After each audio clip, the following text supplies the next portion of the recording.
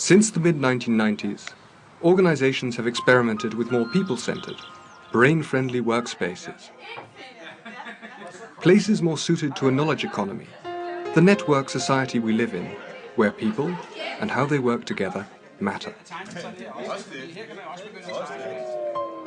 In some organizations, they're called innovation labs or mind labs or academies. We call them future centers, because they are workplaces of the future and places for thinking about the future. Future centers are comfortable and stimulating settings, collaborative working environments, foresight-enabling workspaces, collective learning labs, solution-finding environments, dedicated spaces, people spaces. Strange as it seems, in our work we often feel we lack permission to do certain things. Dedicated spaces within future centers put us in a certain state of mind. Simply because there's a kitchen, a big table, comfortable chairs, we feel we have psychological permission to relax and slow down. This is a journey to discover what they do, how they work, and why they work. It's a journey of discovery to places where the future begins. In the mid-1990s, in Sweden, people at the Skandia Assurance Group had a vision of the human potential to find solutions to all problems through intelligence, intellectual capital and innovation. A vision of people as central to the wealth of organizations and to well-being and renewal in society. With the knowledge that the spaces and their environment where people work and think have an enormous influence on the quality of their ideas, their work and their lives, Skandia created a center to prototype the workspace of the future. They called it a future center.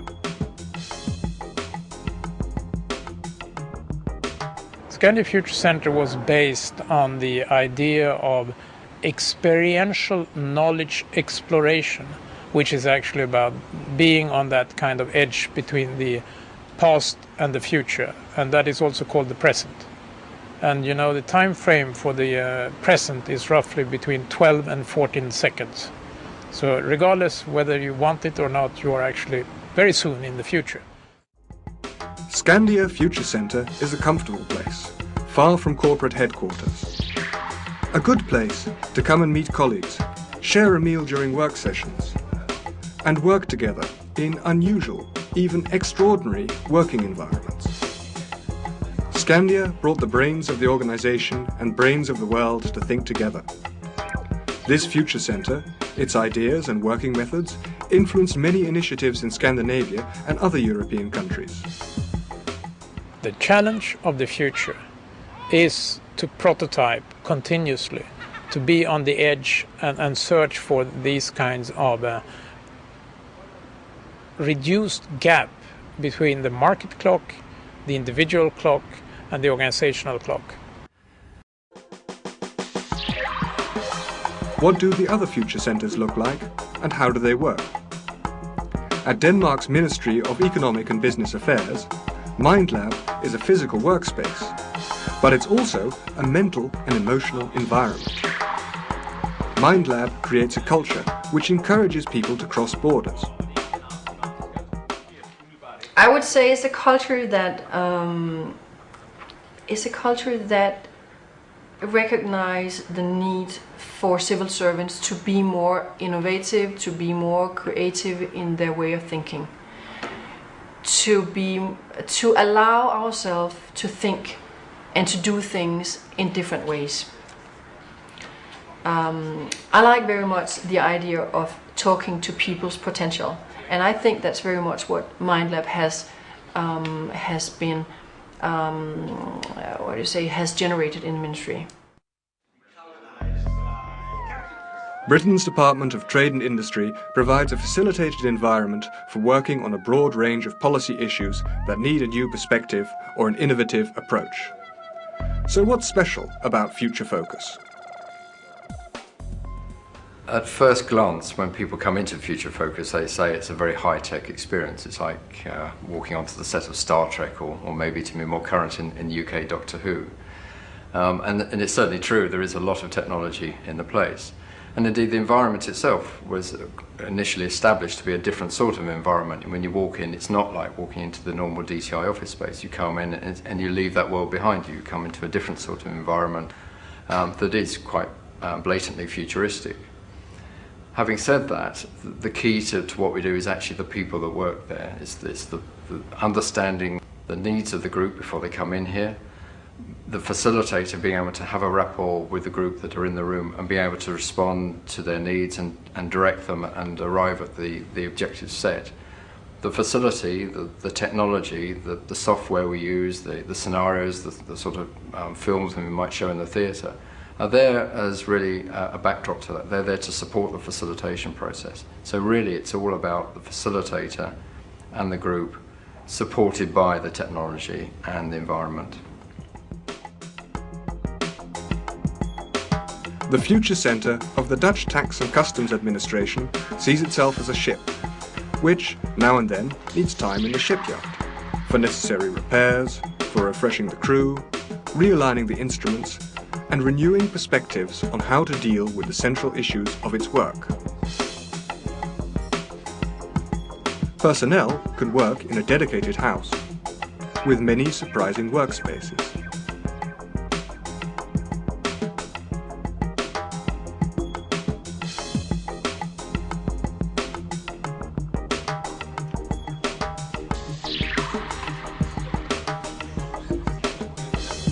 The Academy of the Ministry of Social Affairs and Employment in The Hague uses group decision technology and other facilitated meeting spaces to accelerate work on policy questions and joint projects, bringing the evolution of societal issues to life. Here, under the starry skies of the universe, the sky is not the limit. In Denmark, north of Copenhagen, Momentum was established as a house for collaboration, a reflection oasis to serve the region's business community.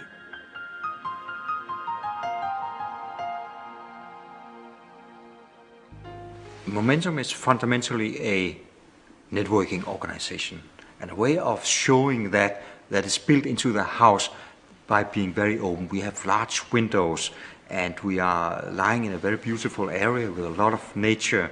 And because innovation has to be a natural thing, then nature, it is flowing in and we are floating out, so to speak. The house is floating out of the windows and out of the door, and the nature is flowing in.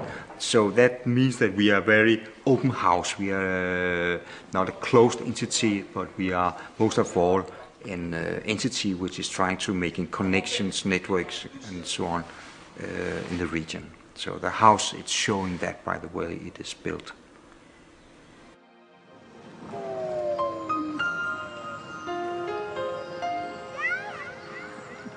What does an 18th century castle have to do with the future? Castle Groeneveld houses the Netherlands National Centre for Landscape and Forest. Here, past, present and future are effectively linked by activities for 3 generations who visit the building and gardens. It strives to enrich the connections between the policy-making agenda, the issues that matter to people, and education about the green environment, by carrying out projects in a setting where nature and art are always present.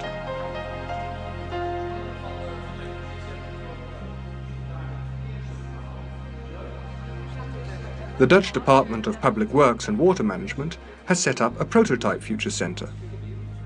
It's a hub for innovation, a meeting place for department personnel and their stakeholders in society.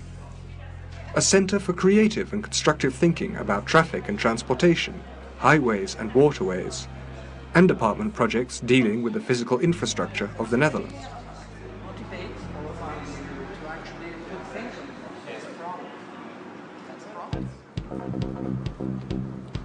From the late 1990s, Britain's Royal Mail has used its Innovation Lab for developing new ideas.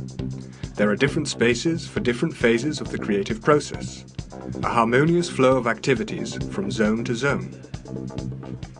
I think if you're looking for just the most important factors to make a successful innovation lab, I think the first one is to deal with these sorts of hygiene factors which just remove the barriers and the blocks to people being able to collaborate successfully. So the fact that you can come and write on all the walls, that you can reconfigure the desks, that you have easy access to the internet all the time, those sorts of things make life much easier. So there's a minimum threshold that they need to be able to reach. The other thing is nothing to do with the physical space at all, and that is to make sure that the people who are facilitating really know what they're doing, because the quality of the facilitation can absolutely make or break an event. The country house is one of those special workplaces where Dutch civil servants can get away from it all, right in the centre of busy The Hague. It's a joint venture of 4 ministries, a future centre whose aim is to enhance the creativity and innovative capacity of civil servants working in national government. It's a safe haven for working in a different way on issues that are important for government. People always work hard here, and they achieve surprising results. But the fun factor remains important. Als ik denk aan het buitenhuis of ik denk aan future centers. The first thing that comes to mind when I think of the country house or future centers is excitement, the unknown, because you do not know for certain what you will take home at the end of the day. In my opinion, that's exactly why we should welcome the country house and other future centers with an open heart. Something might happen there which you don't expect beforehand, which may very likely add value to your work. So, from that point of view, go for it. Dus om die reden, zoek het op. A future center is, in fact, a sanctuary for thinking. I always say it's a sort of playground, but you are not allowed to play forever. A certain commitment is necessary. The work there is supposed to lead to certain results. Maybe this doesn't always succeed, but people working on a theme or a specific problem must have the intention to come up with a creative solution. They need to feel the importance of working towards a realistic solution. Of course, we can't expect to do all our work in future centers. I do think future centers are supportive, and it wouldn't surprise me, looking into the future, that our daily working environments will feature elements which future centers also have. You can already see this in modern office design. There are more informal spaces in which you can work on timely matters in different ways, or where you work together with others in a different way. On this trip, we've learnt a great deal about innovation, workspace, thinking about places called future centers, and the importance of people. People passionately engaged in their work, having fun, working hard, solving problems, doing the things that matter. On this journey, we've seen how it is possible to organize work and work processes in ways that challenge the conventional, to feed the spirit and make use of the innovative potential of people and organizations, to create the future now.